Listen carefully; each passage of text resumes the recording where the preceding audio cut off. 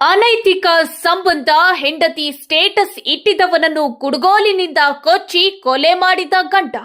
ಮೂಡಲಗಿ ತಾಲೂಕಿನ ಕಲ್ಲೊಳ್ಳಿಯಲ್ಲಿ ಅನೈತಿಕ ಸಂಬಂಧ ಹಿನ್ನೆಲೆಯಲ್ಲಿ ಕುಡುಗೋಲಿನಿಂದ ಕೊಚ್ಚಿ ಕೊಲೆ ಮಾಡಿದ ಘಟನೆ ನಿನ್ನೆ ದಿನ 24/8/2026 3 ಗಂಟೆ ಸುಮಾರಿಗೆ ನಡೆದಿದೆ.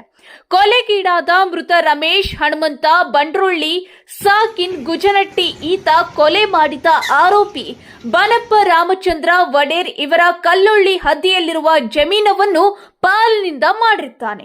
ಹೊಲ ಮಾಡದೆ ಕೊಲೆಗೀಡಾದ ವ್ಯಕ್ತಿ ರಮೇಶ್ ಬಂಡ್ರೊಳ್ಳಿ ಈತ ಬನಪ್ಪ ವಡೇರ್ ಈತನ ಹೆಂಡತಿ ಲಕ್ಷ್ಮೀ ಬನಪ್ಪ ವಡೇರ್ ಅನೈತಿಕ ಸಂಬಂಧ ಇಟ್ಕೊಂಡು ತನ್ನ ಫೋನಿನಲ್ಲಿ ತನ್ನ ಹಾಗೂ ಲಕ್ಷ್ಮಿ ಇವಳ ಫೋಟೋವನ್ನು ಸ್ಟೇಟಸ್ ಇಟ್ಟಿದ್ದನು.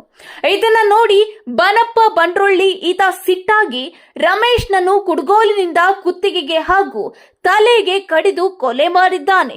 ಈ ಪ್ರಕರಣ ಘಟಪ್ರಭಾ ಪೊಲೀಸ್ ಠಾಣೆಯಲ್ಲಿ ನಡೆದಿದ್ದು ಪ್ರಕರಣ ದಾಖಲಿಸಿಕೊಂಡಿದ್ದಾರೆ. ಎಫ್ಐಆರ್ ದಾಖಲಾಗಿದೆ.